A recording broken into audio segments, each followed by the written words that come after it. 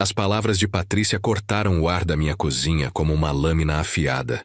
Ela estava ali, com seu vestido de noiva importado pendurado atrás dela, examinando as unhas recém-feitas enquanto soltava as palavras mais cruéis que eu já tinha ouvido na vida. O melhor presente que o Senhor poderia nos dar, seu Marcos, seria sair de vez da nossa família. Desaparecer mesmo. Eu fiquei ali parado, segurando a xícara de café que tinha acabado de preparar, sentindo cada palavra como um soco no estômago. Meu filho Bruno apenas desviou o olhar, incapaz de me encarar. E foi nesse momento, naquela manhã de sábado em São Paulo, que algo dentro de mim finalmente se rompeu. Mas antes de continuarmos, confira se você já está inscrito no canal e escreva nos comentários de onde você está assistindo este vídeo. Preciso do seu apoio para continuar trazendo histórias reais como essa, que você vai ouvir agora. Deixe eu te contar como cheguei até esse ponto. Como um pai dedicado, viúvo há 5 anos, que vendeu sua casa na Vila Mariana para dar entrada no apartamento dos sonhos do filho, acabou sendo tratado como um estorbo descartável. Esta é a história de como 3 anos de humilhações silenciosas culminaram em um único dia que mudou tudo. Meu nome é Marcos Azevedo. Tenho 62 anos. Sou engenheiro civil aposentado e passei a vida inteira construindo coisas sólidas. Prédios, pontes, uma carreira respeitável. Mas nada disso me preparou para ver a estrutura da minha própria família desmoronar diante dos meus olhos. Nada me preparou para o dia em que minha nora decidiu que eu era dispensável. 3 anos atrás, eu estava em um momento delicado da vida. Minha esposa, Helena, tinha falecido de câncer apenas 6 meses antes. A casa na Vila Mariana, aquele sobrado lindo que reformamos juntos ao longo de 32 anos de casamento, estava grande demais, vazia demais, cheia demais de memórias dolorosas. Foi quando Bruno apareceu com a notícia. Ele e Patrícia tinham encontrado um apartamento incrível em Pinheiros, na Oscar Freire, mas precisavam de ajuda com a entrada. Não era um pedido pequeno. Eram R$450 mil, quase metade do valor da minha casa. Pai, a gente promete que sempre vai ter um quarto para o senhor, disse Bruno naquele dia, sentado na sala onde Helena e eu assistíamos filmes aos domingos. Nunca vai faltar nada. O senhor vai fazer parte da nossa família sempre. Patrícia estava ao lado dele, sorrindo aquele sorriso que eu ainda achava genuíno na época. Vamos cuidar do senhor, seu Marcos. O senhor não vai ficar sozinho naquela casa enorme, cheio de lembranças tristes. Vem morar com a gente. Vai ser maravilhoso. Eu queria acreditar. Deus, como eu queria acreditar. A solidão estava me matando aos poucos. Cômodo por cômodo, a casa sussurrava memórias de Helena. A cozinha onde ela fazia aquele bolo de cenoura que eu amava. A varanda onde tomávamos café juntos nas manhãs de domingo. O jardim que ela cuidava com tanto carinho. Então eu vendi. Vendi a casa onde construí minha vida, onde criei meu filho, onde enterrei meus sonhos junto com minha esposa. Recebi R$900 mil na venda. Dei 450 para Bruno e Patrícia sem pestanejar. O restante guardei como reserva de emergência, mas também para ajudá-los quando precisassem. A mudança aconteceu rápido. Eles assinaram o contrato do apartamento em 2 semanas. 1 mês depois, eu estava empacotando 32 anos de vida em caixas de papelão, doando metade dos móveis porque não cabiam no quarto de hóspedes do apartamento deles. Quarto de hóspedes. Esse termo deveria ter me alertado desde o início, mas eu estava vulnerável demais, solitário demais para perceber o aviso. O apartamento era realmente bonito. 200 metros quadrados, 3 suítes, uma vista linda para a rua arborizada. Decoração impecável, toda em tons neutros e sofisticados. Patrícia tinha bom gosto, isso era inegável. Ou melhor, ela sabia contratar bons decoradores. Meu quarto ficava no fundo do corredor, o menor dos 3 quartos. Não era a suíte principal, obviamente. Nem a segunda suíte, que Patrícia transformou em closet. Era o 3º quarto com um banheiro social compartilhado, mobiliado com as peças mais simples que encontraram em liquidação. É provisório, pai, Bruno me garantiu no dia da mudança. Quando a gente tiver uma condição melhor, fazemos uma reforma e deixamos tudo mais confortável para o Senhor. Nos primeiros meses, eu realmente tentei acreditar que estava tudo bem, que era apenas um período de adaptação, que eles estavam estressados com as prestações do apartamento, com os gastos da mudança, com o planejamento do casamento que já estava nos trilhos. Eu tentava ajudar. Acordava cedo e fazia café da manhã para todos. Mantinha a casa organizada enquanto eles trabalhavam. Fazia compras no mercado, pagava contas de luz e água sem que me pedissem, levava o carro deles para lavar e fazer revisão. Seu Marcos, o senhor não precisa fazer isso, Patrícia dizia. Mas o tom não era de gratidão. Era de leve irritação, como se minha presença, mesmo quando útil, fosse um incômodo. As primeiras farpas foram sutis. Comentários aparentemente inocentes que carregavam veneno disfarçado de preocupação. Seu Marcos, o senhor já tomou os remédios? Na sua idade, a gente tem que ter cuidado com o esquecimento. Eu tinha 62 anos, não 80. Minha memória estava perfeita. Pai, deixa eu dirigir. Você está ficando meio lento no trânsito de São Paulo. Bruno começou a dizer isso sempre que saíamos juntos. Mesmo que eu dirigisse há 40 anos sem um único acidente. Depois vieram as exclusões. Jantares em família que viravam jantares só para eles dois. Ah, achamos que o senhor ia querer descansar, não chamamos. Passeios de fim de semana que aconteciam sem mim. É que o restaurante é muito badalado, muito barulho. Penei que não ia gostar. Eu comecei a me sentir invisível na casa que meu dinheiro tinha comprado. Como um móvel velho que ninguém tinha coragem de jogar fora, mas que também ninguém realmente queria por perto. O pior eram os comentários sobre dinheiro. Sempre velados, sempre disfarçados, mas constantes. Nossa, como está caro tudo. A prestação do apartamento está pesada. Ainda bem que a gente tem um bom controle financeiro, né, amor? Patrícia dizia olhando para Bruno. Nunca para mim. Mas quando precisavam de ajuda, eu era lembrado rapidamente. Pai, você pode dar uma ajuda com o condomínio esse mês? Está um pouco apertado. Seu Marcos, a geladeira quebrou, não tem como o senhor colaborar? Pai, preciso trocar os pneus do carro urgentemente. E eu dava. Sempre dava. R$ 1.000 aqui, 3.000 ali, 5.000 acolá. Achava que estava investindo na nossa relação, comprando um lugar na família. Agora entendo que estava apenas sendo explorado. A situação piorou quando começaram os preparativos para o casamento. Eles já moravam juntos há 4 anos, mas Patrícia queria fazer as coisas direito. Como ela dizia, queria uma cerimônia grande, sofisticada, digna de ser postada no Instagram dela. Desde o início, ficou implícito que eu bancaria boa parte.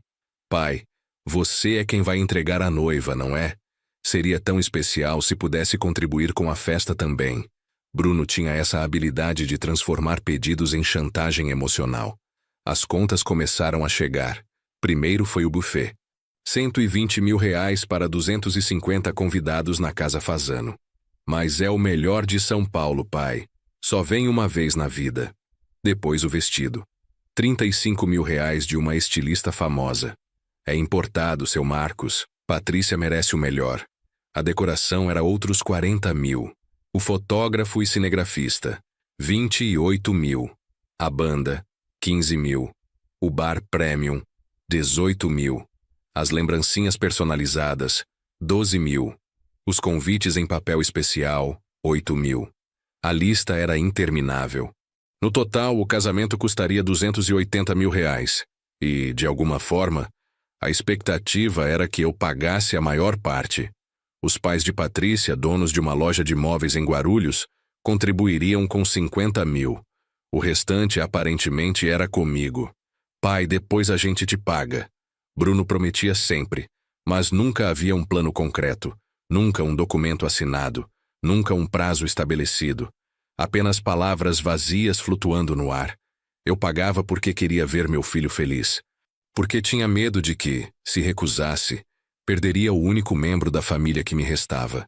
Porque ainda carregava a culpa de Helena, de não ter aproveitado mais o tempo com ela, de ter trabalhado demais, viajado demais, priorizado a carreira demais. Mas a cada pagamento, eu sentia minha dignidade sendo comprada e revendida a preços cada vez mais baixos. A cada cheque assinado, eu me tornava menos pai e mais patrocinador, menos família e mais financiador. 3 meses antes do casamento, as coisas deterioraram completamente.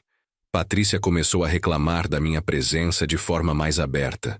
Seu Marcos, o senhor ronca muito à noite. Está atrapalhando meu sono. Meu quarto ficava no fim do corredor, longe do deles. Pai, você pode evitar usar a sala no horário que a gente chega do trabalho? A gente precisa de privacidade. Privacidade na sala de estar, que era espaço comum. Seu Marcos, o senhor está deixando a cozinha muito bagunçada. Eu lavava minha louça imediatamente após usar. Cada comentário era uma pequena humilhação. Cada crítica era uma forma de me lembrar que aquele não era meu lugar, que eu estava ali por tolerância deles, não por direito próprio. Mesmo tendo pago metade do apartamento, mesmo ajudando com as contas mensais, mesmo financiando o casamento dos sonhos deles, comecei a passar mais tempo fora de casa. Ia à biblioteca municipal, ficava no shopping, caminhava pela Praça Pôr do Sol. Qualquer coisa para evitar aquele ambiente tóxico que tinha se tornado minha moradia. Quando eu voltava, tentava ser o mais discreto possível, quase me desculpando por existir. Helena faria 60 anos naquele mês. Eu visitava o túmulo dela toda semana no cemitério São Paulo, e sempre terminava desabafando. Amor, não sei o que fazer. Nosso filho não é mais aquele menino que criamos. Ou talvez sempre tenha sido assim e eu não quis ver. Foi em uma dessas visitas que encontrei Dona Marta, uma senhora de 70 e poucos anos que também visitava o túmulo do marido. Conversamos brevemente, e ela me deu um conselho que ficou ecoando na minha cabeça. Senhor Marcos, família que não respeita não merece sacrifício. Amor não compra dignidade. Voltei para casa naquele dia pensando nas palavras dela. Entrei no apartamento silenciosamente, como tinha aprendido a fazer para não incomodar. Bruno e Patrícia estavam na cozinha, conversando baixo, mas a acústica do apartamento permitia que eu ouvisse tudo do corredor. Amor, sério, a gente precisa fazer alguma coisa sobre seu pai, Patrícia estava dizendo. Não aguento mais ter ele aqui em casa. Eu sei, amor, mas o que você quer que eu faça? Ele vendeu a casa dele para nos ajudar. Não posso simplesmente jogar ele na rua. Não estou falando de jogar na rua. Mas ele poderia alugar um apartamento menor, sabe? Viver a vida dele. A gente já é adulto, já está casando. Não precisamos de babá. Mas ele ajuda com as contas. E daí? Isso não dá o direito dele de monopolizar nosso espaço. Ontem ele estava vendo televisão na sala até às 10 da noite, Bruno. 10 da noite. A gente não tem privacidade nenhuma. O sangue subiu à minha cabeça. 10 da noite era tarde demais para assistir TV na sala? Monopolizar o espaço por estar presente na própria casa? Patrícia, você está sendo muito dura. Ele é meu pai. E eu vou ser sua esposa. Você precisa escolher prioridades. Ou seu pai entende o recado e se afasta um pouco, ou eu vou ter que deixar as coisas mais claras para ele. Eu me afastei silenciosamente. Entrei no meu quarto e fechei a porta. Sentei na cama. Aquela cama simples que eles tinham comprado em liquidação. E tentei processar o que tinha acabado de ouvir. Tentei encontrar alguma justificativa. Alguma forma de racionalizar o comportamento deles. Mas não havia justificativa. Eu tinha dado tudo. Literalmente tudo. E não era suficiente. Nunca seria suficiente porque o problema não era o que eu dava. Era quem eu era. Minha existência era o incômodo. Minha presença era o problema. Passei a noite em claro, fazendo contas mentalmente. 450 mil da entrada do apartamento. Mais uns 170 mil em ajudas diversas ao longo de 3 anos. Mais 230 mil que eu já tinha pago do casamento. No total, eu tinha investido 850 mil reais na vida deles. 850 mil reais que compraram exatamente 0 respeito, 0 consideração, 0 dignidade. Eu tinha comprado apenas o direito de ser tolerado em silêncio, de existir nas sombras, de não incomodar, Na manhã seguinte, sábado, véspera do casamento, fui o primeiro a acordar. Preparei café, fiz pão na chapa, espremi laranjas frescas. Era minha forma de tentar criar pontes, de buscar alguma aproximação, mesmo sabendo que era inútil. Bruno apareceu às 8, arrastando os pés, de bermuda e camiseta amassada. Bom dia, pai. O tom era automático, sem calor. Bom dia, filho. Quer café? Depois. Preciso ver umas coisas do casamento no celular. Patrícia desceu meia hora depois, impecável mesmo recém-acordada. Maquiagem leve, cabelo preso, roupa de ginástica de marca. Olhou para a mesa de café que eu tinha preparado e franziu o nariz. Seu Marcos, o senhor comprou pão integral? Eu só como integral. Desculpa, Patrícia. Não sabia. Posso ir ao mercado buscar. Deixa. Já perdi a fome mesmo. Ela pegou apenas um copo de água e foi para a sala. Eu engoli a humilhação em silêncio, como sempre fazia. Recolhi o café da mesa, joguei fora o pão que tinha feito com cuidado, lavei a louça.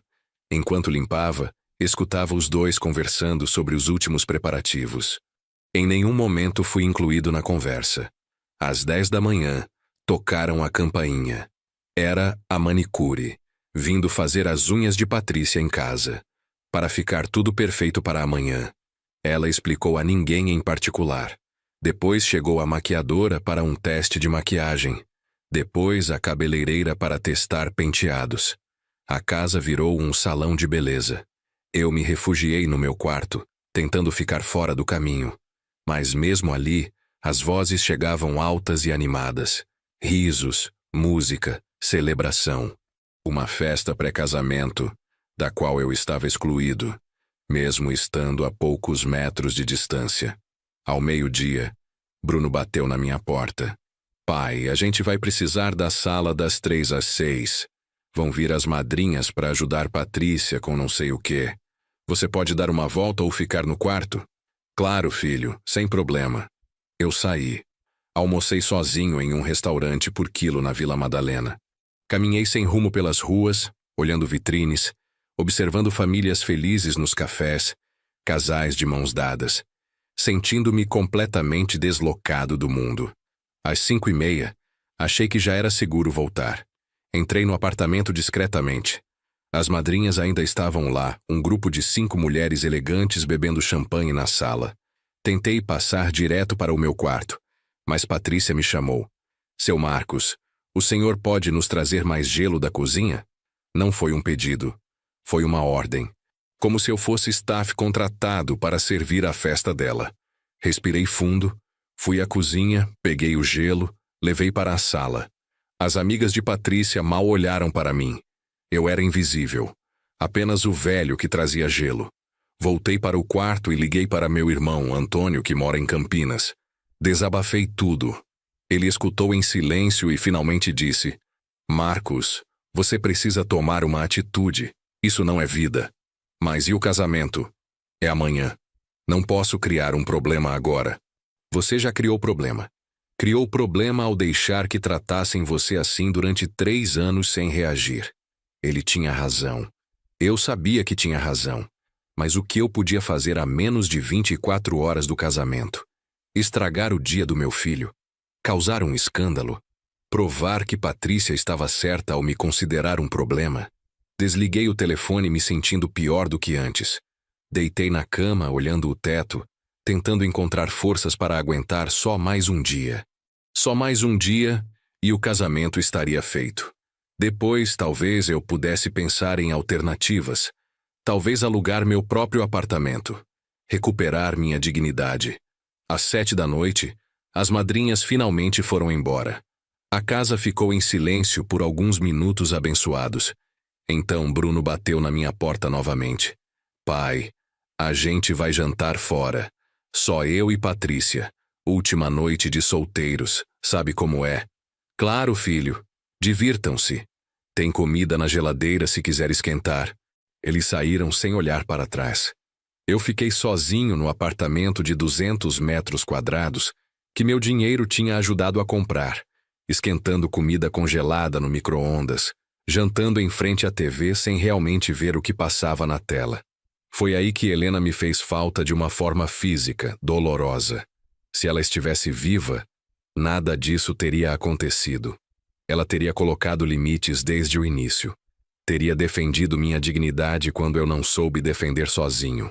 Teria me sacudido e dito: Marcos, acorda, isso não é aceitável. Mas Helena não estava mais aqui. E eu precisava aprender a me defender sozinho.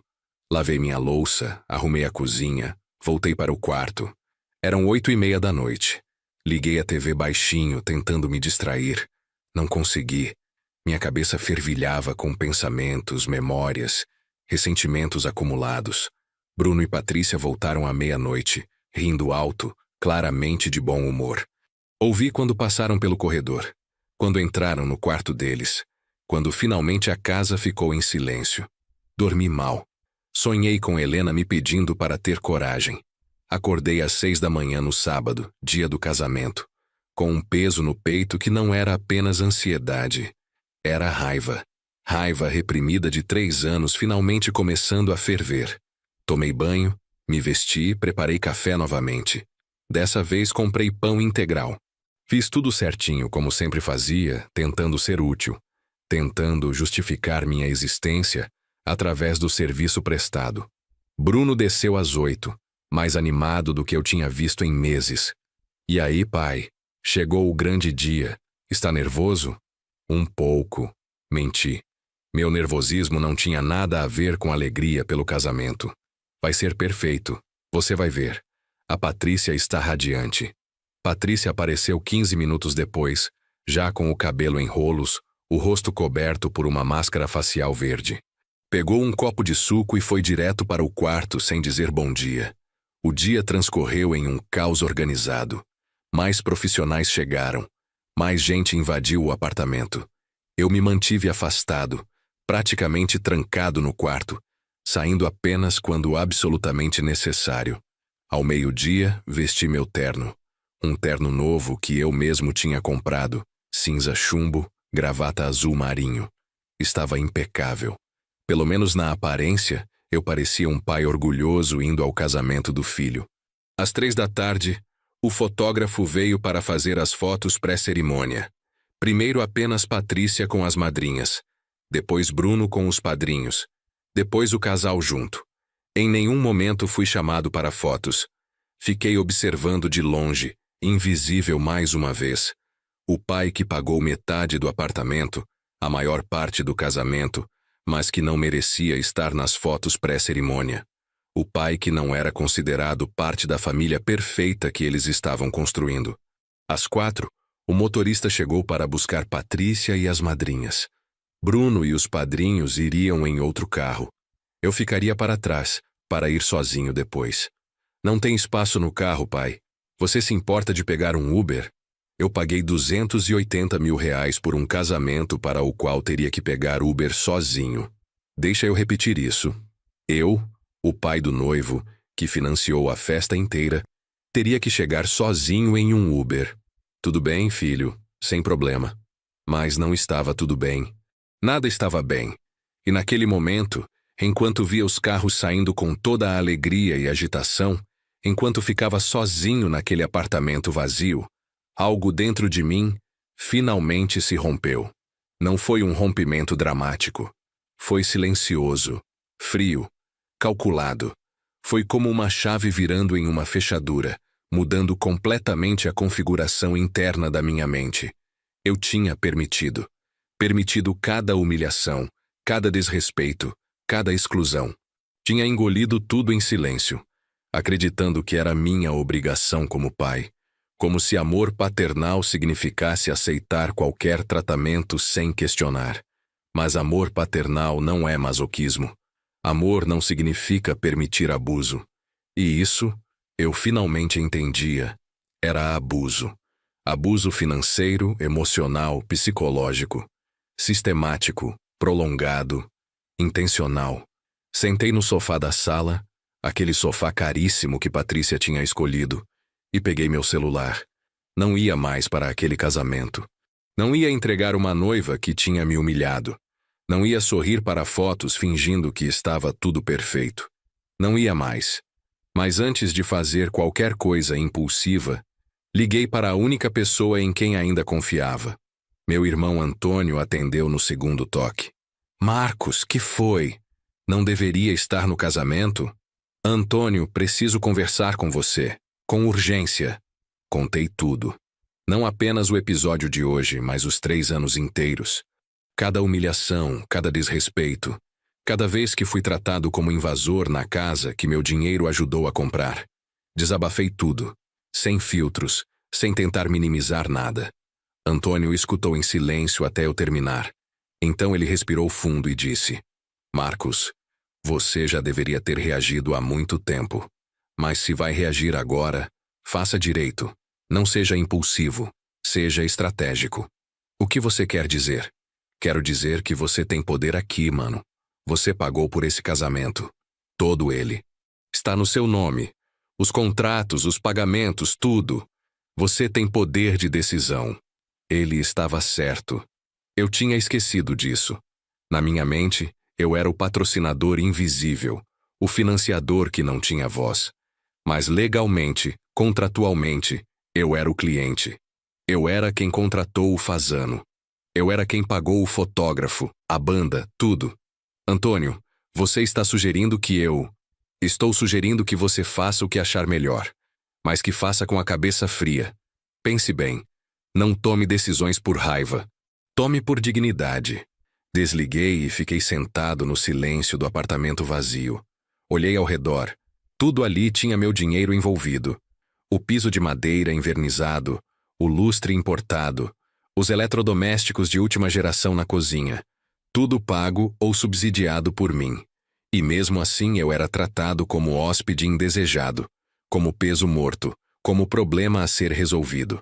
Peguei meu celular novamente e busquei nos contatos o número da doutora Beatriz Lemos, a advogada que tinha cuidado do inventário de Helena.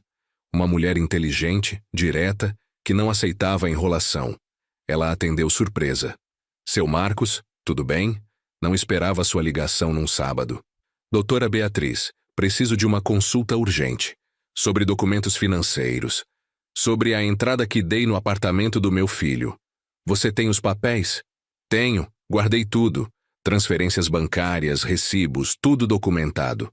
Bom, porque dependendo de como foi estruturado, você pode ter mais direitos do que imagina. Isso foi empréstimo ou doação? Meu coração acelerou. Como assim? Quando você deu o dinheiro, assinou algum documento dizendo que era doação? Ou foi apenas transferência bancária com o combinado verbal de que seria ajuda? Pensei cuidadosamente. Não tinha assinado nada. Bruno tinha apenas me pedido ajuda. Eu transferi o dinheiro direto da minha conta para a construtora, a pedido dele.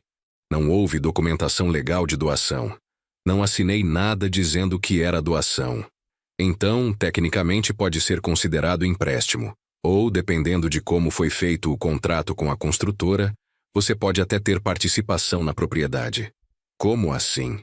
Se você pagou diretamente à construtora e seu nome está nos documentos de pagamento, você pode ser considerado comprador parcial. Teria que verificar a escritura, mas é possível que você tenha direitos sobre o imóvel. Minha cabeça girou. Em 3 anos nunca tinha pensado nisso. Nunca tinha questionado. Apenas assumi que dar dinheiro ao filho significava abrir mão de qualquer direito sobre ele. Doutora Beatriz, você pode verificar isso para mim? Urgentemente. Marcos, é sábado à tarde. Os cartórios estão fechados. Mas na segunda-feira, 1ª hora, eu puxo a escritura do imóvel e vejo a situação. E o casamento? Eu financiei tudo. 280 mil reais. Todos os contratos estão no meu nome, no meu CPF, pagos com meu dinheiro. Então você é o contratante. Tem total poder de decisão sobre os serviços. Pode cancelar se quiser. Mas Marcos, ela hesitou. Você tem certeza de que quer fazer isso? É o casamento do seu filho. É o casamento para o qual eu não tive permissão nem para ir no mesmo carro, doutora Beatriz.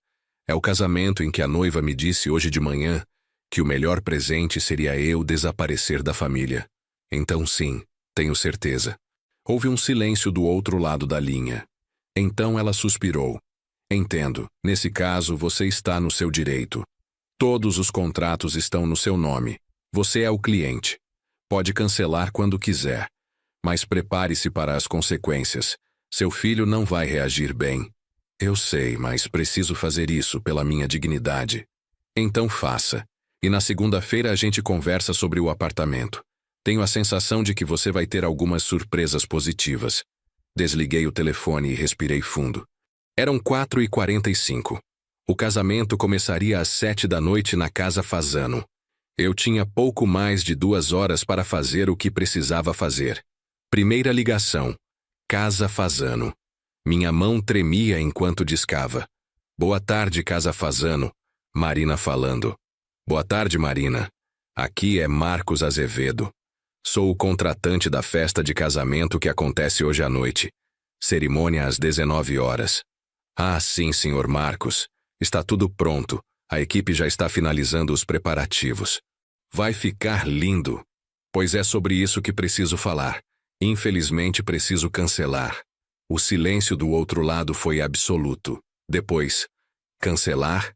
Mas, senhor, faltam 2 horas para começar. Os convidados já devem estar a caminho. Eu entendo que é em cima da hora. Mas o contrato está no meu nome, correto? Sim, senhor. Pagamento integral já foi efetuado há 3 semanas. Então estou exercendo meu direito de cancelar. Sei que não terei reembolso dado o prazo, e aceito isso. Mas preciso que cancelem todos os serviços. Buffet, decoração, banda, tudo. Senhor Marcos, a voz dela estava cheia de desespero. Tem 250 convidados esperando. A noiva deve estar se arrumando agora. Isso vai causar um enorme transtorno. Eu sei. E lamento pelos transtornos causados a vocês, de verdade. Mas a decisão está tomada. O Senhor tem certeza absoluta? Porque depois que eu comunicar à equipe, não tem mais volta. Pensei em Patrícia me dizendo para desaparecer. Pensei em Bruno me pedindo para sair de casa porque eu atrapalhava a privacidade deles. Pensei em 3 anos de humilhações silenciosas. Tenho certeza absoluta. Está bem, senhor. Vou comunicar à equipe agora. O senhor precisa vir aqui assinar o termo de cancelamento? Posso assinar na segunda-feira? Pode sim. Vou preparar os documentos. Desliguei. Primeira parte feita. Minhas mãos suavam. Meu coração batia acelerado. Mas também sentia algo que não sentia há muito tempo. Controle. Poder sobre minha própria vida. Segunda ligação. O fotógrafo. Marcos Silva, um profissional renomado que cobrara 28 mil pelo trabalho. Marcos Silva. Boa tarde, Marcos. Aqui é Marcos Azevedo, o contratante do casamento hoje no Fasano. Opa, senhor Marcos. Já estou aqui na Casa Fasano testando iluminação. Vai ficar show. Pois é. Infelizmente preciso cancelar o serviço. Como assim cancelar? O casamento é daqui a pouco. Houve uma mudança de planos. Não haverá mais casamento hoje. Você pode guardar o equipamento. Mas, senhor, eu bloqueei minha agenda inteira. Recusei outros trabalhos. Tenho uma equipe de 4 pessoas aqui. Eu sei e vou honrar o pagamento. Já foi tudo pago, você pode guardar o dinheiro. Mas não haverá trabalho hoje. Ele ficou em silêncio processando. Senhor Marcos, com todo respeito, o que aconteceu? Isso é muito incomum. Então digamos que houve uma quebra de contrato da parte da família. E estou reagindo na mesma moeda. Entendo. Ele suspirou. Bom, o senhor é o contratante. Se essa é sua decisão, vou respeitar. Mas isso vai virar fofoca em todo o circuito de casamentos de São Paulo. Deixa virar. Terceira ligação. A banda, 4ª ligação. O florista. 5ª ligação. O celebrante. Cada conversa seguia o mesmo padrão. Choque, tentativa de dissuasão, aceitação relutante. Quando terminei a última ligação, eram 5h10 da tarde. Os convidados começariam a chegar às 6h30. Bruno e Patrícia provavelmente já estavam na Casa Fasano, nos preparativos finais. Meu telefone ficou em silêncio por exatamente 23 minutos. Então começou a tocar. Bruno. Deixei tocar até ir para o correio de voz. Tocou novamente. Novamente. 7 chamadas seguidas. Então começaram as mensagens. Primeiro de Bruno. Pai, me liga agora, é urgente. Depois outra. O Fazano disse que você cancelou tudo. Isso é verdade? Me responde. Depois Patrícia. Seu Marcos, não sei que brincadeira é essa, mas não tem graça. A gente tem convidados chegando. Mais mensagens. Mais ligações. O telefone não parava de vibrar. Ignorei todas. Peguei uma cerveja na geladeira, sentei no sofá da sala, liguei a TV e esperei. Às 6 horas em ponto, a porta do apartamento se escancarou.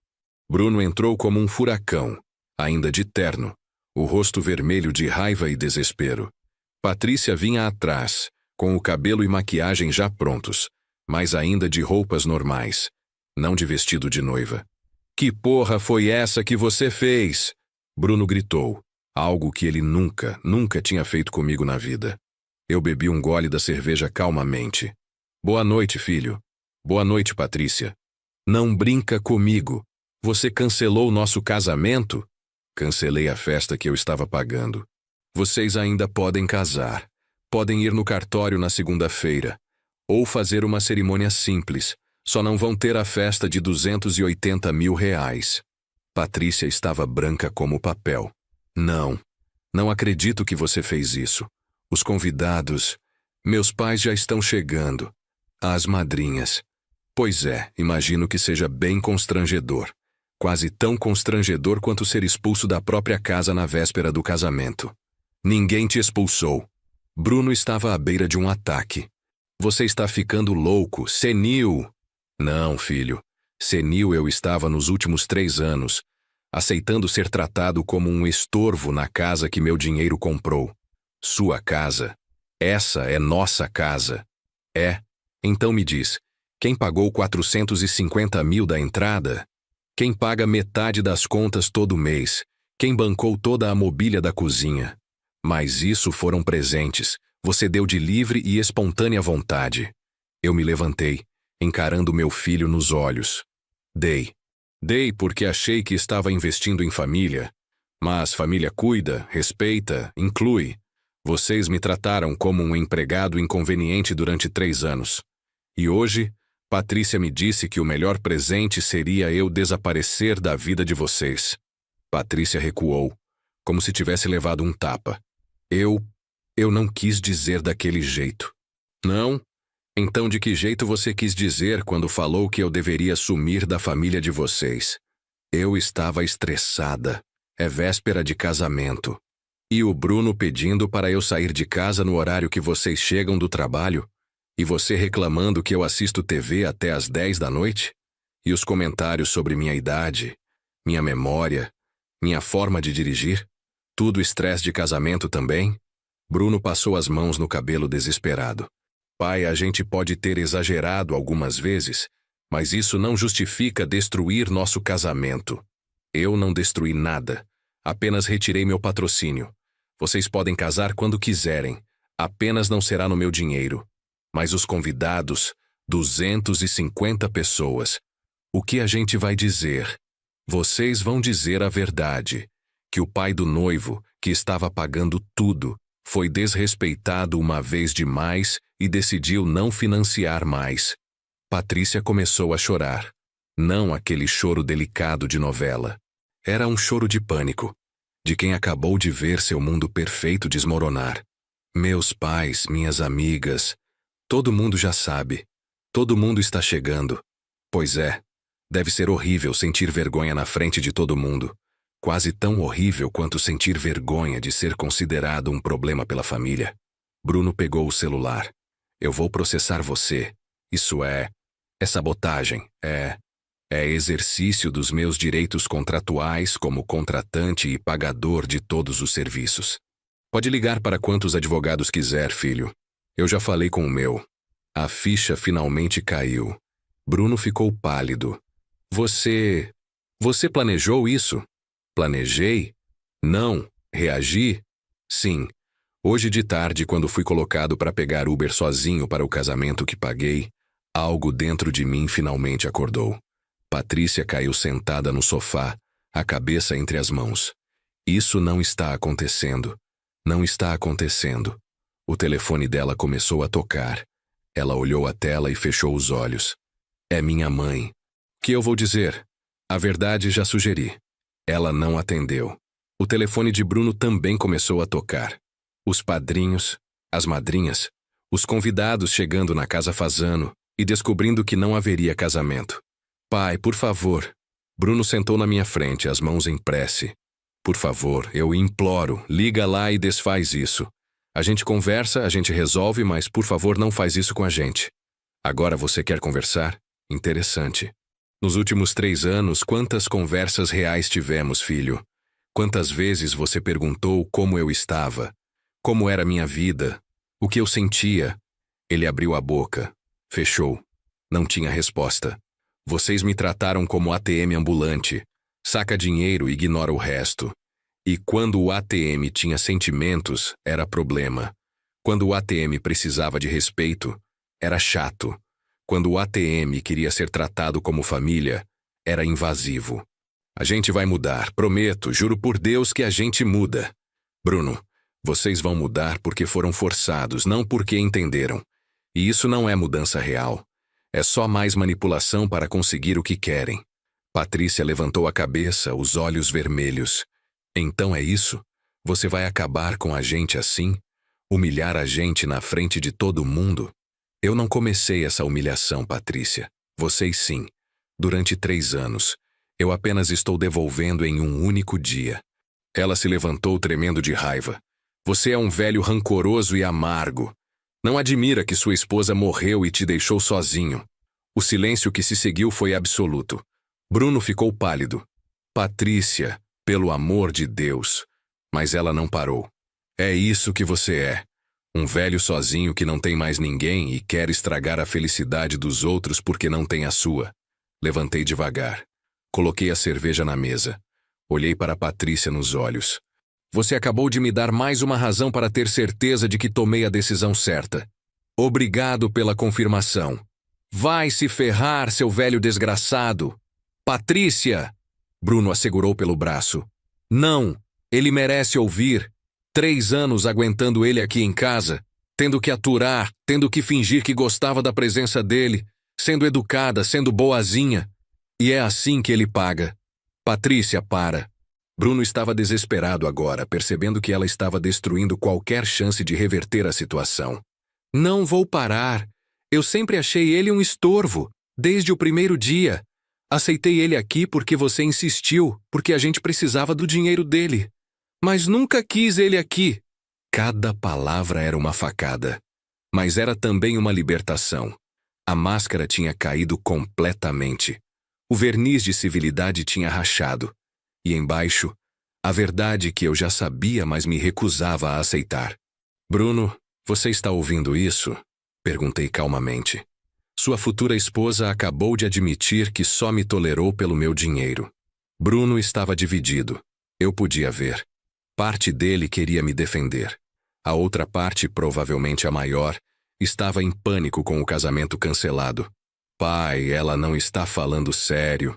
Está nervosa, transtornada. Estou falando sério sim, Patrícia gritou.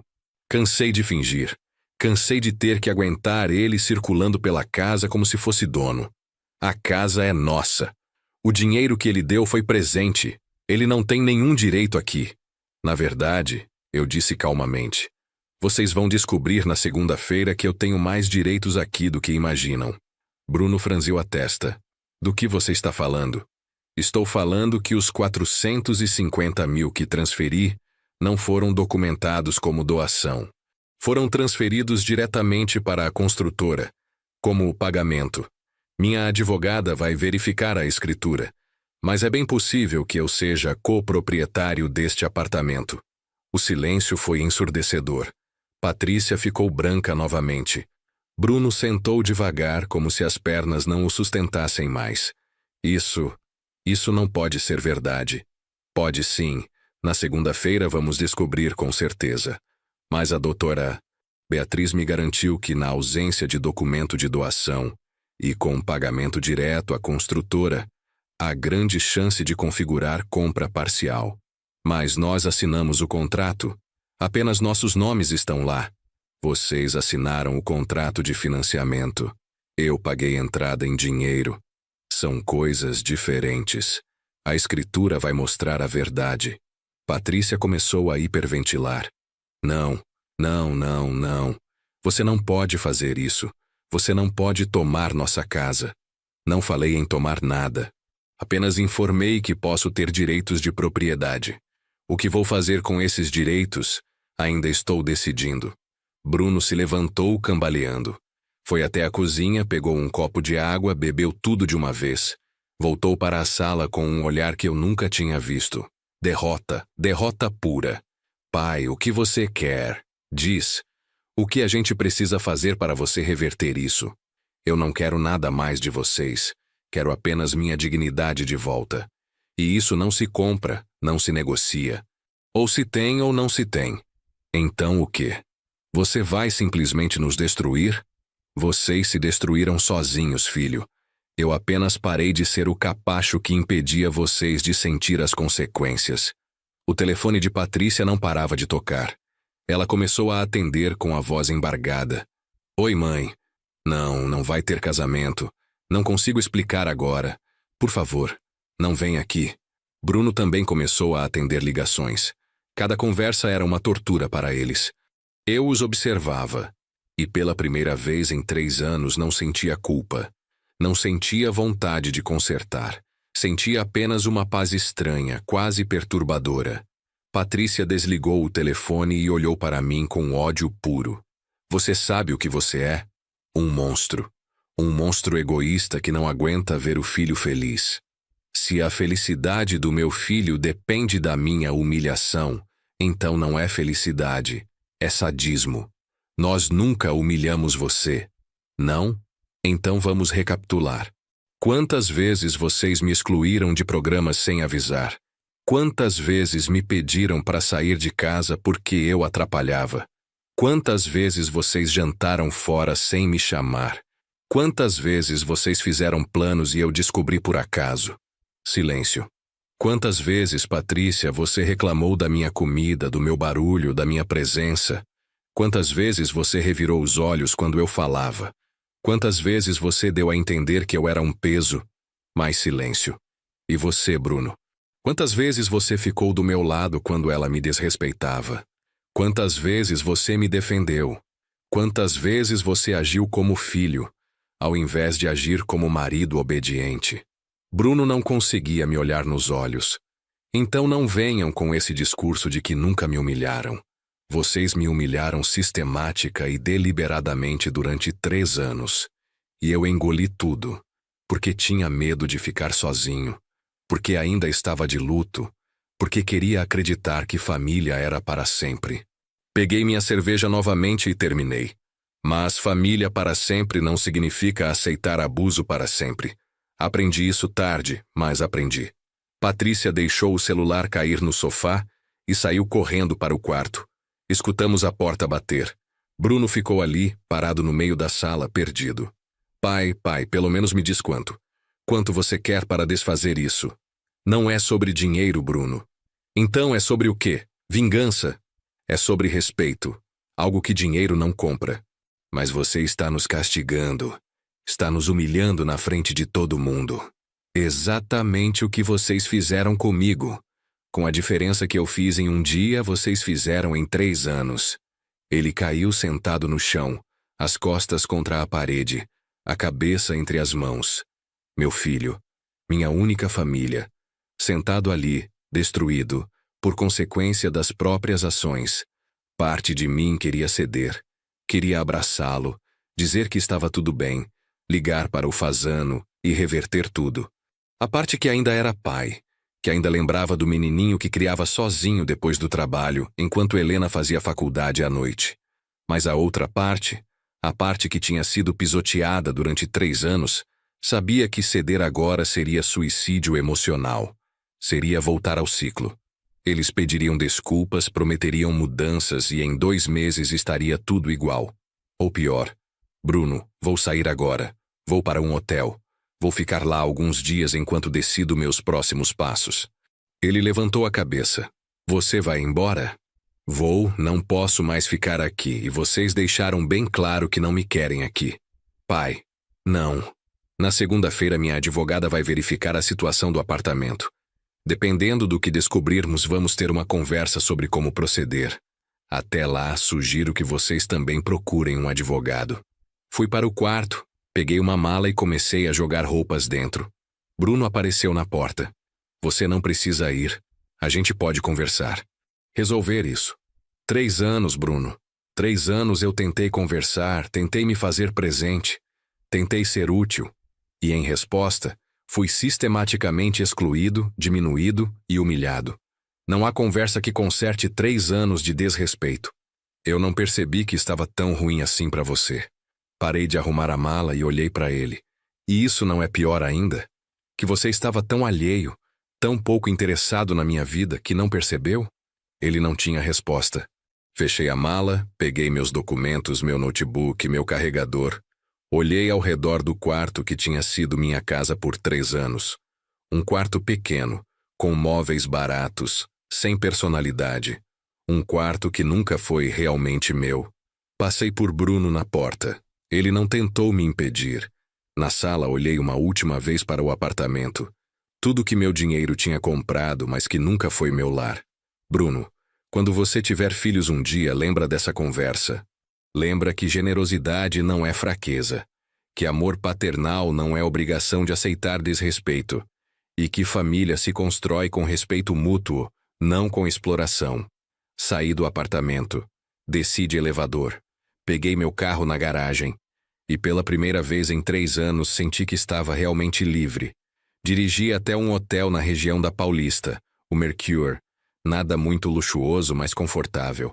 Fiz check-in, subi para o quarto, deitei na cama e simplesmente respirei. Meu telefone não parava de tocar. Bruno. Patrícia. Números desconhecidos que provavelmente eram parentes deles. Desliguei o aparelho. Precisava de silêncio. Tomei um banho longo, pedi serviço de quarto, um hambúrguer simples e batata frita e liguei a TV. Um filme qualquer da Globo que nem prestei atenção. Apenas precisava de barulho de fundo para não ficar sozinho com meus pensamentos. Será que tinha feito a coisa certa? Será que tinha exagerado? Será que deveria ter tentado mais uma conversa antes de partir para medidas drásticas? Essas dúvidas me perseguiram a noite inteira. Dormi mal, acordei várias vezes, com o coração acelerado, revivendo a cena da tarde. O rosto de desespero de Bruno. Os gritos de Patrícia. O caos que eu tinha causado. Mas então lembrava. Lembrava da cara dela quando disse que o melhor presente seria eu desaparecer. Lembrava de 3 anos de exclusão sistemática. Lembrava de cada vez que fui tratado como problema, como estorvo, como peso. E as dúvidas diminuíam. Não desapareciam completamente. Porque eu ainda era pai. Ainda amava meu filho, mas diminuíam o suficiente para eu conseguir respirar. No domingo de manhã, tomei café no restaurante do hotel. Sentado sozinho em uma mesa para 2, observei as famílias ao redor. Casais com filhos pequenos, grupos de amigos, pessoas sozinhas como eu. Pensei em Helena. O que ela diria sobre tudo isso? Provavelmente me daria um tapa na cabeça por ter demorado 3 anos para reagir. Helena nunca aceitou desrespeito. Tinha um limite claro e bem definido, e quem cruzava sabia das consequências. Eu sempre fui mais flexível, mais tolerante, mais disposto a relevar pequenas ofensas em nome da harmonia. Mas a harmonia construída sobre desrespeito não é harmonia, é submissão. Liguei o celular. 57 chamadas perdidas, 32 mensagens. Abri apenas as de Bruno. Pai, por favor, liga para mim. A Patrícia está em crise, tomou calmante, precisamos conversar. Os pais dela estão aqui, estão furiosos. Dizem que vão processar você. Pai, eu imploro, me dá uma chance de consertar isso. Não respondi nenhuma. Em vez disso, enviei uma única mensagem. Segunda-feira às 14 horas no escritório da doutora Beatriz Lemos. Venham preparados com advogado se quiserem. Endereço: Rua Augusta 2400, 12º andar. A resposta veio em segundos. Vou estar lá. Passei o domingo inteiro no hotel. Caminhei pela Avenida Paulista, entrei na Livraria Cultura, comprei 2 livros que não tinha intenção de ler. Almocei sozinho em um restaurante japonês. Assisti ao pôr do sol na janela do quarto. Era estranho sentir paz em meio ao caos que eu tinha criado. Mas era exatamente isso que eu sentia. Paz. Pela primeira vez em 3 anos, não precisava medir minhas palavras, controlar meus movimentos, justificar minha existência. Na segunda-feira de manhã, acordei cedo. Vesti um terno, tomei café reforçado, revisei mentalmente todos os documentos que tinha trazido. Transferências bancárias, recibos, comprovantes. 3 anos de ajuda financeira meticulosamente documentada. Cheguei no escritório da doutora Beatriz às 13h30. Ela me recebeu com um sorriso profissional, mas eu via a curiosidade nos olhos dela. Seu Marcos conseguia a escritura do apartamento. Ela abriu uma pasta sobre a mesa. E tenho novidades. Meu coração acelerou. Boas ou ruins? Depende da perspectiva. Para você, excelentes. Para seu filho, complicadas. Ela girou o documento para que eu pudesse ver. A entrada do apartamento foi de R$450 mil, paga diretamente à construtora. O nome no comprovante de pagamento é o seu. O contrato de financiamento está no nome do Bruno e da Patrícia, mas a entrada está vinculada ao seu CPF. E isso significa? Significa que você é, legalmente, coproprietário do imóvel. Você pagou 40% do valor total do apartamento. Segundo o Código Civil, você tem direito proporcional sobre o bem. Deixei isso assentar. 40% de um apartamento que valia hoje cerca de R$1.100.000. Mais de R$400 mil em patrimônio. E o que eu posso fazer com isso? 3 opções. 1. Exigir que eles comprem sua parte pelo valor de mercado atual. 2. Forçar a venda do apartamento e dividir os lucros proporcionalmente. 3. Formalizar sua copropriedade e passar a ter direitos sobre o imóvel, incluindo decisões sobre venda, reforma, locação, tudo. Às 14 horas em ponto, a secretária da doutora Beatriz anunciou a chegada de Bruno e Patrícia. Eles entraram, visivelmente abalados. Patrícia estava sem maquiagem, olheiras profundas, roupas simples. Bruno tinha o rosto fechado, tenso. Vieram acompanhados de um homem de terno cinza que se apresentou como o Dr. Rodrigo Mendes, advogado deles. Boa tarde a todos. Doutora Beatriz conduziu a reunião. Vamos direto ao ponto. Marcos, quer começar? Respirei fundo. Bruno, Patrícia, vocês me trataram durante 3 anos como um estorbo na casa que meu dinheiro ajudou a comprar. Vocês me excluíram, me humilharam, me fizeram sentir invisível. E, quando finalmente expressei minha dor, vocês me disseram para desaparecer. Patrícia começou a falar, mas o advogado dela tocou seu braço, pedindo silêncio. Eu reagi cancelando um casamento que estava financiando integralmente. R$280 mil que eu gastei em uma festa para pessoas que me desprezam. Agora, estamos aqui para discutir a situação do apartamento. Doutora Beatriz empurrou a escritura pela mesa. Como podem ver, Marcos é coproprietário legal do imóvel. Ele pagou 40% do valor total através da entrada. Isso lhe confere direitos sobre a propriedade. O Dr. Rodrigo examinou os documentos cuidadosamente. Sua expressão foi mudando de confiante para preocupada conforme lia. Isso está correto. O pagamento está vinculado ao CPF do Sr. Marcos. Não há documento de doação. Bruno ficou pálido. Mas, pai, você disse que era para nos ajudar, que era um presente. Eu disse que queria ajudar. Nunca disse que era doação. Nunca assinamos nada nesse sentido. E legalmente, ajuda financeira sem documento formal de doação pode ser considerada empréstimo ou, neste caso, copropriedade. Patrícia explodiu. Isso é armação. Você planejou isso desde o início. Não planejei nada. Simplesmente nunca formalizamos. E sabe por quê? Porque eu confiava. Confiava que meu filho me trataria com respeito, que seria tratado como família. Estava errado. Então o que você quer? Dr. Rodrigo foi direto ao ponto. Qual é sua proposta? Olhei para meu filho, para aquele homem de 43 anos que eu criei sozinho por anos enquanto Helena trabalhava e estudava. O menino que eu levava no colo, que eu ensinava matemática, que eu consolava quando sofria bullying na escola. E olhei para Patrícia, a mulher que entrou na nossa família há 7 anos e, aos poucos, construiu um muro entre mim e meu filho. Não sozinha, Bruno teve participação ativa. Mas ela tinha sido a arquiteta principal. Minha proposta é a seguinte: vocês têm 90 dias para me comprarem. R$ 440 mil, que é o valor de mercado da minha parte hoje. Podem parcelar em até 12 vezes sem juros, ou pagar à vista com 10% de desconto. Se não conseguirem, o apartamento vai à venda e dividimos o lucro proporcionalmente. 440 mil? Patrícia praticamente gritou.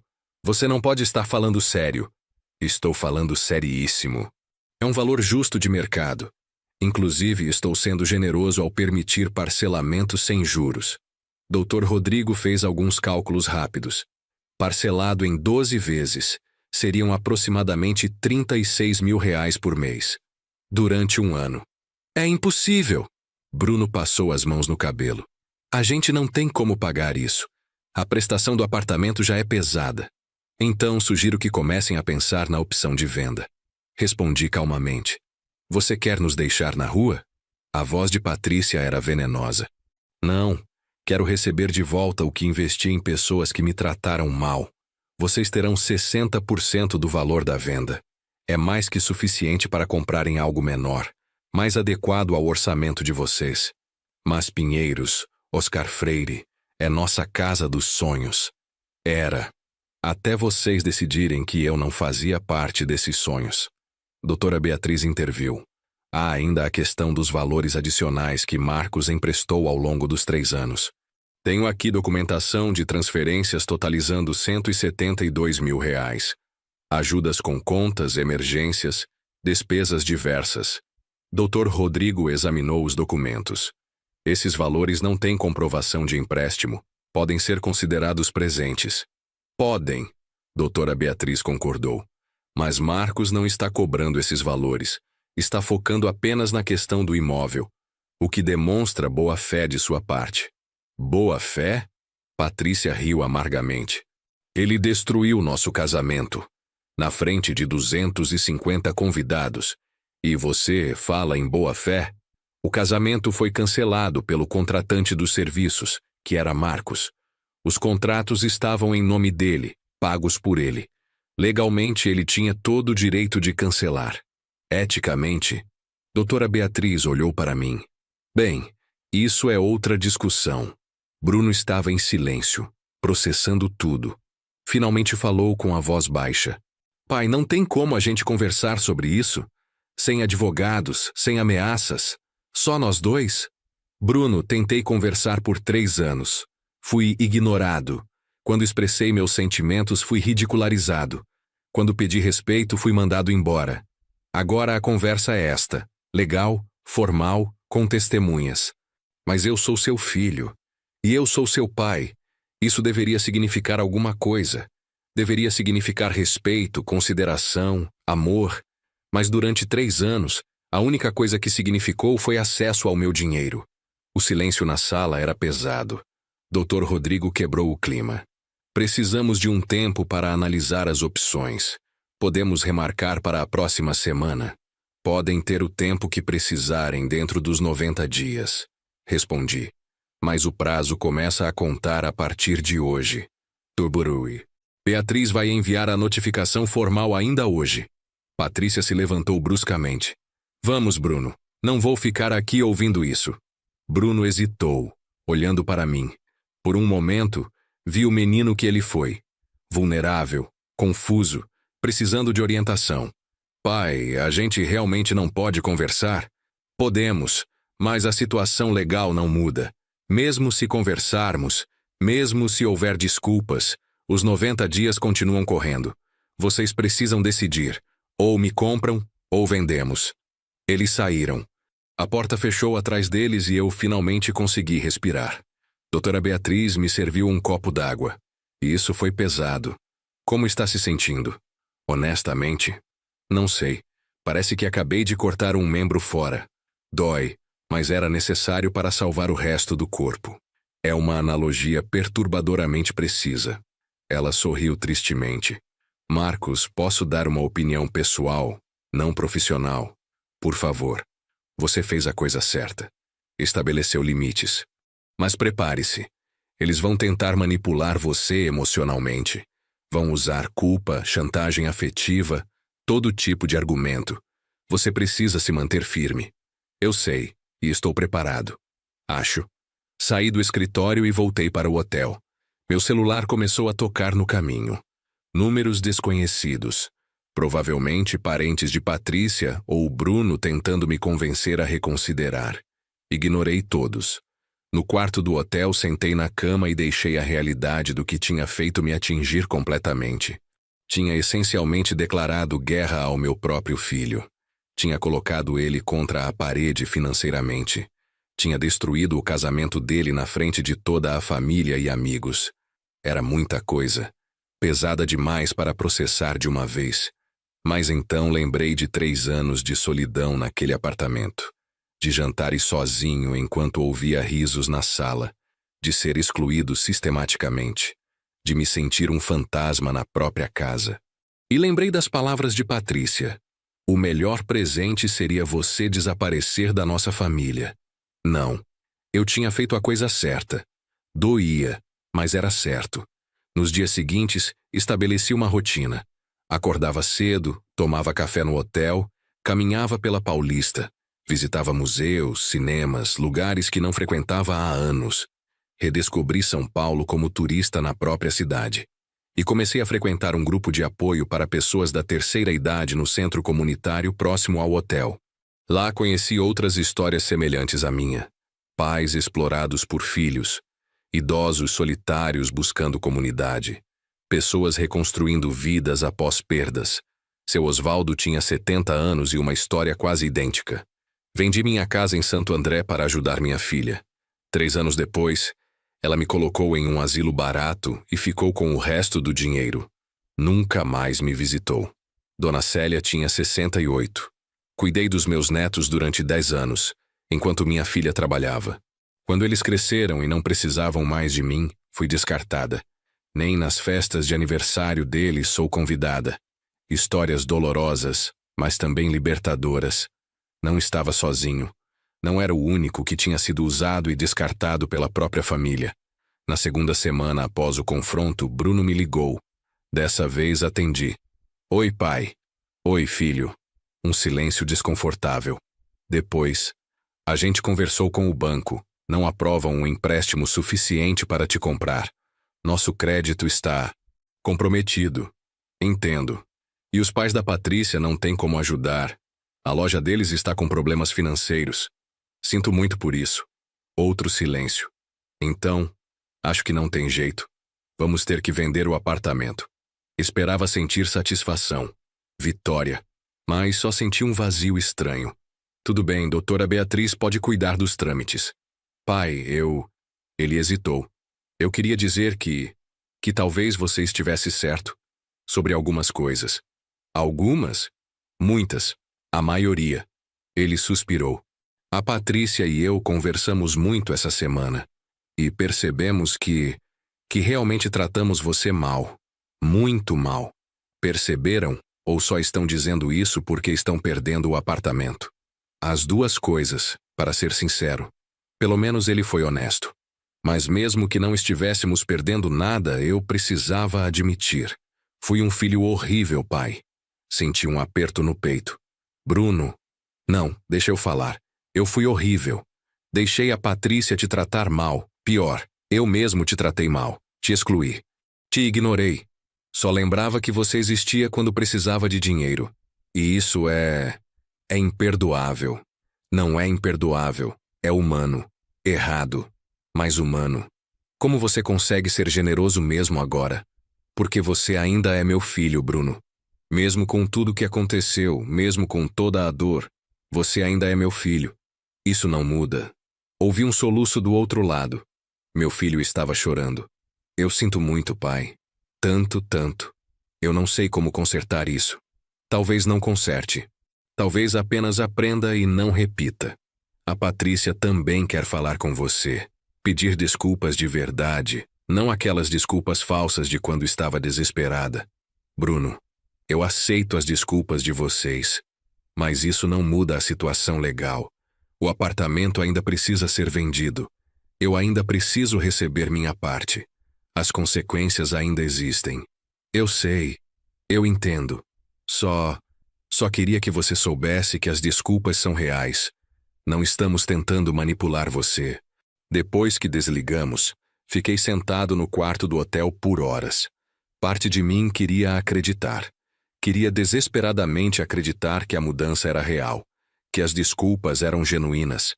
Mas doutora Beatriz tinha me alertado, e eu tinha visto esse padrão antes.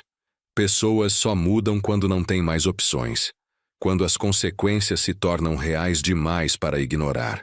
A verdadeira prova seria o que aconteceria depois da venda do apartamento, depois de receberem o dinheiro deles. Eles manteriam contato? Continuariam pedindo desculpas? Ou voltariam a me ignorar assim que não precisassem mais negociar comigo? 2 semanas depois, o apartamento foi colocado à venda. Um imóvel bonito em Pinheiros, na Oscar Freire. Não fica muito tempo no mercado. Em 10 dias tínhamos 3 propostas acima do valor pedido. Fechamos negócio em R$ 1.150.000. Deduzindo a hipoteca que ainda tinham com o banco, R$ 520.000. Sobraram R$ 630.000 líquidos. Minha parte, R$ 252.000. A parte de Bruno e Patrícia, R$ 378.000. No dia da assinatura da escritura, nos encontramos novamente no cartório. Bruno e Patrícia pareciam derrotados. Não apenas financeiramente, mas emocionalmente. O sonho da casa perfeita tinha acabado. A gente alugou um apartamento em Vila Madalena. Bruno me contou enquanto esperávamos o tabelião. 2 quartos, 80 metros quadrados. É diferente. Diferente como? Menor, mais simples. Mas honestamente, está sendo bom. Menos pressão, menos cobrança para manter as aparências. Patrícia, que tinha ficado em silêncio até então, finalmente falou. Seu Marcos, eu queria mesmo pedir desculpas. De verdade. Pelo que eu disse sobre você desaparecer. Sobre sua esposa. Foram as piores coisas que eu já disse na vida e me arrependo todos os dias. Olhei para ela. Seus olhos estavam vermelhos, mas não de raiva. De algo que parecia genuíno remorso. Patrícia, eu aceito suas desculpas. Mas você entende que palavras assim deixam cicatrizes? Entendo. E não espero que me perdoe completamente. Só queria que soubesse que estou envergonhada.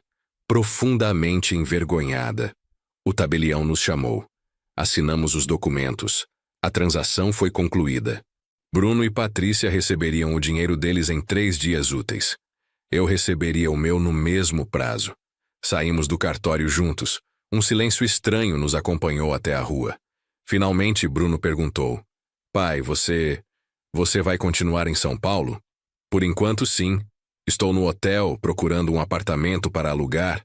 Algo pequeno, só para mim. A gente podia, não sei, tomar um café algum dia? Sem advogados, sem tensão. Só conversar?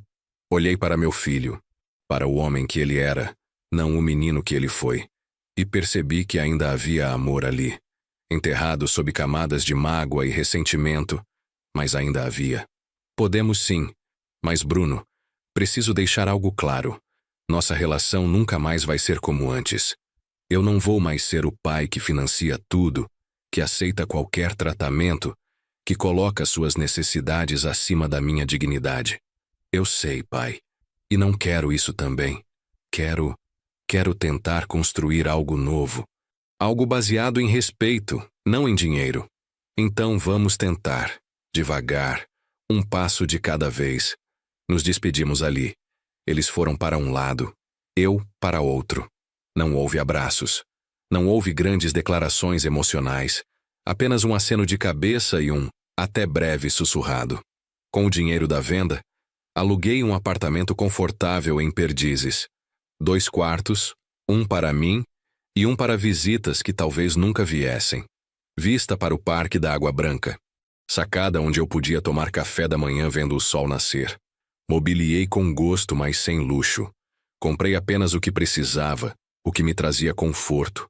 Cada peça escolhida por mim, para mim. Sem ter que consultar ninguém, sem ter que justificar escolhas. E comecei a viver. Realmente viver, pela primeira vez em anos. Matriculei-me em um curso de fotografia na Faculdade Armando Álvares Penteado. Sempre quis aprender, mas nunca tinha tempo. Agora tinha todo o tempo do mundo. Voltei a frequentar o clube de xadrez que abandonei quando Helena ficou doente. Reconectei com velhos amigos que tinha negligenciado. Fiz amigos novos no prédio, no parque, no curso. Bruno e eu começamos a nos encontrar uma vez por mês para almoçar. Conversas ainda um pouco tensas, ainda carregadas de não ditos, mas honestas. Ele me contava sobre o trabalho, sobre como estavam se ajustando ao apartamento menor. Eu contava sobre fotografia, sobre os amigos do clube de xadrez. Patrícia apareceu em um desses almoços, 3 meses após a venda do apartamento. Pediu desculpas novamente, dessa vez sem a pressão da situação legal pairando sobre nós. Falou sobre como tinha crescido em uma família onde aparências eram tudo, onde status definia valor. Como tinha projetado essas inseguranças em mim. Seu Marcos, eu olhava para o Senhor e via tudo que eu tinha medo de me tornar. Alguém que perdeu o cônjuge. Alguém que dependia da boa vontade dos filhos. Alguém que estava envelhecendo. E em vez de ter compaixão, eu tive crueldade. Porque se eu fosse cruel o suficiente, talvez afastasse essas possibilidades de mim. Foi a explicação mais honesta que ela já me deu. Não justificava o que aconteceu, mas ajudava a entender. Patrícia, todos temos nossos demônios. O problema é quando deixamos eles machucarem outras pessoas. Eu sei, e estou trabalhando nisso, fazendo terapia, tentando ser uma pessoa melhor. 6 meses após cancelar o casamento deles, recebi um convite. Bruno e Patrícia iam se casar. Uma cerimônia pequena no cartório, seguida de um almoço simples com 20 pessoas. Não esperamos que você vá, pai, Bruno disse quando me entregou o convite. Entendemos se for doloroso demais. Eu vou, respondi. Se vocês me querem lá, eu vou. O casamento foi simples, bonito, genuíno. Patrícia usou um vestido branco discreto, não aquele vestido de 35 mil reais. Bruno estava nervoso, mas feliz. Verdadeiramente feliz. E quando me pediram para fazer um brinde no almoço, levantei minha taça e disse: a família. Não a família perfeita das aparências, mas a família real das segundas chances. A família que erra, que machuca, mas que também aprende e cresce. Que vocês construam um casamento baseado em respeito mútuo, em honestidade, e que nunca esqueçam que amor verdadeiro inclui limites saudáveis. Hoje, 1 ano após cancelar aquele casamento de luxo, minha vida é completamente diferente. Não moro com meu filho. Não financo o estilo de vida dele. Não sou o pai que resolve todos os problemas com dinheiro. Mas tenho algo melhor. Dignidade. Respeito. Uma relação com meu filho que, embora ainda em processo de cura, é baseada em verdade e não em conveniência financeira. Bruno me liga toda semana. Não para pedir dinheiro, mas para conversar. Para me contar sobre o dia dele. Para pedir conselhos sobre trabalho, sobre vida, sobre relacionamento. Patrícia também mudou. Voltou a trabalhar, conseguiu um emprego em marketing. Tem sua própria renda, sua própria identidade fora de ser esposa de. E trata-me com respeito genuíno, não aquela educação falsa de antes. Aprendi que às vezes o maior ato de amor é dizer não. É estabelecer limites. É recusar-se a ser explorado, mesmo quando a exploração vem disfarçada de necessidade familiar. Se você está assistindo isso e se identifica com minha história, deixe seu comentário. Conte de onde você está nos assistindo. E lembre-se, nunca é tarde para recuperar sua dignidade. Nunca é tarde para dizer basta. Obrigado por me acompanhar até aqui. Se gostou desta história, inscreva-se no canal e ative o sininho para não perder os próximos vídeos. E se puder apoiar com um Super Thanks, eu agradeço demais. Até a próxima história.